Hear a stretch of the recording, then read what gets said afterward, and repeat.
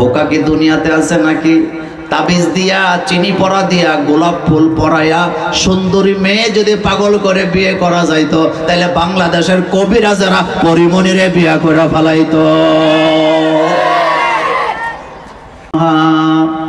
মা আনজালনা আলাইকাল কুরআনা লিতাশকা।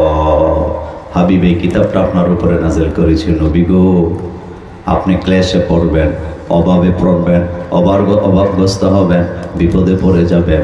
এই জন্য তো নবী আমি কোরআন নাযিল করি নাই, আমি কোরআন নাযিল করছি আপনার ভাগ্যের পরিবর্তন করার জন্য। তার মানে বোঝা গেল, কোরআন মানব না যতক্ষণ ভাগ্যের পরিবর্তন হবে না ততক্ষণ। বাংলাদেশের মুসলমানেরা ভাগ্যের পরিবর্তনের জন্য কোরআনের আইনের কাছে না যাইয়া 10 টাকা 20 টাকার আংটি কিনা লাখপতি হতে চায়, এমন যুবক আছে না নাই?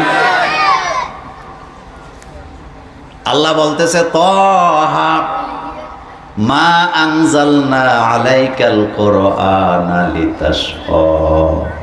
নবী গো, কোরআন ছাড়া ভাগ্যের পরিবর্তন করা যায় না।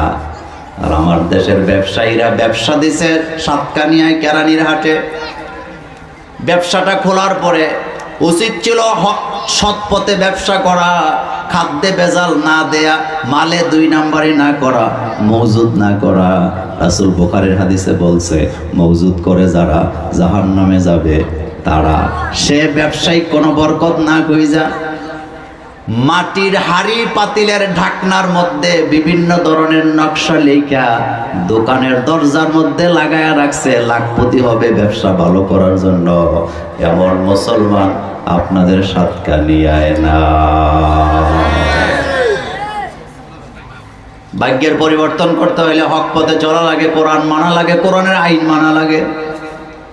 ও যুবক, 20 টাকার আংটি যদি তোমার ভাগ্যের পরিবর্তন করতে পারতো, 20 টাকার আংটি যদি তোমার লাখপতি বানাতে পারতো, তাহলে আংটিওয়ালায় কি দোষ করছে? আংটিওয়ালায় তো ইলন মাস্কের চেয়ে আরো বেশি ধনী হওয়ার কথা ছিল, কারণ তার কাছে শত শত আংটি আছে না না?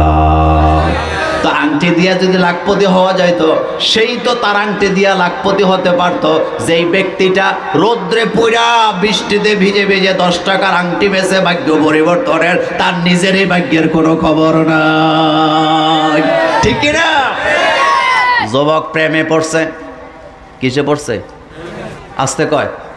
সাতকানিয়া রোডে যে একটা সুন্দর মেয়ের পছন্দ হয়েছে। ভাষা কি বুঝেন আপনারা? আমার কি পছন্দ হয়েছে? এখন 6 মাস মেয়ের পিছে ঘোরাঘুরি করছে, মেয়ে তারে পাত্তা দেয় না। কি দেয় না? এখন তে হুজুর খুঁজতেছে, কোন হুজুরে গোলাপ ফুল পরায় দেবে, কোন হুজুরে তাবিজ দিবে, মাইয়া পাগল করাই না বিয়ে করবে। ও যুবক, তোর মতো বোকা কি দুনিয়াতে আছে নাকি? তাবিজ দিয়া, চিনি পরা দিয়া, গোলাপ ফুল পরাইয়া সুন্দরী মেয়ে যদি পাগল করে বিয়ে করা যাইতো, তাহলে বাংলাদেশের কবিরাজেরা পরিমণিরে বিয়ে করে ফেলাইতো। কথা কি ঠিক বললাম? আচ্ছা, আপনাদের সাতকানিয়াতে কবিরাজ আছে না নাই? আমাদের কুমিল্লায় আছে না নাই? দিনাজপুরে আছে না নাই? খুলনাতে আছে না নাই? সাতকানিয়ার কবিরাজও চায় পরিমণিরে বাগায় আনবো, কুমিল্লার কবিরাজও চায়, দিনাজপুরের কবিরাজও চায়, খুলনার কবিরাজও চায়। তো কবিরাজ কয়জন, কিন্তু মানুষ কয়জন? হ্যাঁ, এখন কোন দিকে যাবে? কোন দিকে যাবে? কেন বুঝো না কলিজার যুবক? ও কলিজার যুবক, আল্লাহ কোরআনে বলছেন, ওলা মুত্তাখিজাতি আখদান, খবরদার বিয়ের আগে লুকায় লুকায় প্রেম করবি না। এটা হারাম, এটা হারাম, এটা হারাম। কারণ বিয়ের আগে প্রেম করে যারা নিশ্চিত সেকা খায় তারা, সেকা খায় যারা ডিপ্রেশনে যায় তারা, ডিপ্রেশনে যায় যারা মদ আর গাঁজা টানে তারা, গাঁজা খায় যারা জীবনকে ধ্বংস করে তারা, জীবন ধ্বংস করে যারা আত্মহত্যা করে তারা। কথা কি ঠিক বললাম? দুনিয়ার মানুষ মানুষের ভাগ্যের পরিবর্তন করার কোনো ক্ষমতা নাই, তার নিজেরইতে ভাগ্যের খবর নাই। ভাগ্যের পরিবর্তন করে কে? আমি ছোটবেলা মাওলানা দেলোয়ার হোসেন সাইদি সাহেবের একটা ওয়াজ শুনছিলাম। এটা আমার কথা না, এটা ওনার গবেষণা। উনি বলছিলেন, কোন গণক যদি তোমার হাত দেখতে আসে, হাতটা দেখাবা। মনোযোগ আছে আপনাদের? হাত দেখাবার পরে গণক বলবে, তোর হইলো 20 রাশি। এরকম রাশি গণে না? মুসলমানেরা রাশি বিশ্বাস করা হারাম। যারা হাত দেখায় 40 দিনের ইবাদত বরবাদ, আর গণক যেটা বলে বিশ্বাস করলে ঈমান বরবাদ হয়ে যায়। তো তিনি বলেছিলেন তোমার হাত দেখে যদি বলে তোমার কিন্তু অবস্থা ভালো না, গত বছরটা খুব খারাপ গেছে, ভবিষ্যতে বন্ধু শত্রু হওয়ার সম্ভাবনা আছে, ব্যবসায় কিন্তু লস খাবা। এটা বলার পরে তুমি বসা থেকে দাঁড়ায়া গণকের গালের মধ্যে একটা থাপ্পড় দিবা। থাপ্পড়ে আপনারা কি বলেন যুবকেরা কথা? হ্যাঁ, সোয়ার। কি খদ্দে? হ্যাঁ, সোয়ার। এক সোয়ার দিবা। সোয়ার দিলে গণক দাঁড়ায় বলবে বেটা তুই ধ্বংস হয়ে যাবে, আমারে থাপ্পড় দিলি কেন? তখন তুমি হাসি দিয়ে বলে দিবা আমার ভবিষ্যৎটা কেমন যাবে বলতে পারলা, কিন্তু আজকে আমার কাছে আসলে যে সোয়ার খাবা থাপ্পড় খাবা সেটা কেন জানলা না?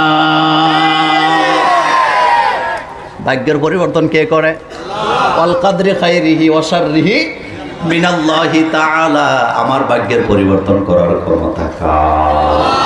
ইমানকে মজবুত করো যুবকেরা। কপালে চুমু দিয়ে বলে যাই ভালো ভালো লেখাপড়া করে না, হুজুরের কাছে পরীক্ষার দিন যায় কলম পড়ায়া দেন। কথা কন না কেন? হেতে সারা বছর ফেসবুক চালাইছে, সারা বছর বান্ধবীর লিয়ে ঘুরছে। এমন বান্ধবী হলো যুবক আজকের মাহফিলে নাই। কালকে আমার মাহফিল ছিল ব্রাহ্মণবাড়িয়া। কোথায়? এক সুন্দর চেহারার যুবক আসছে আমার সাথে ছবি তোলার জন্য। আমি বললাম সত্যি করে কও প্রেম করস নাকি? কয় হুজুর মিথ্যা কথা বলবো না, প্রেম করি। যারা বিয়ের আগে প্রেম করে তাদের ম্যাক্সিমাম যুবকের জীবন আস্তে করে জীবন, কারণ সেকা কপালে আছে না নাই? হুন্ডা বেচা বান্ধবীর আইফোন কিনা দেয় এমন যুবক কেরানির হাটে না। এতে হুন্ডা কিনছে বাপের টাকা দিয়া, বান্ধবীরে যা দিছে জীবনের সব বাপের পয়সা, এমন বেকার যুবক আছে না? আমি কথা ওইটা বলি না, আমি শুধু ভাগ্যের পরিবর্তনের কথা বলছিলাম। ও কলিজার যুবকেরা, ও বাবারা, ভাইয়েরা, বোনেরা, মায়েরা, ভাগ্যের পরিবর্তন করার ক্ষমতা কার? যা কিছু চাইতে হবে চাইবেন কার কাছে? নবীরা চাইতেন কার কাছে?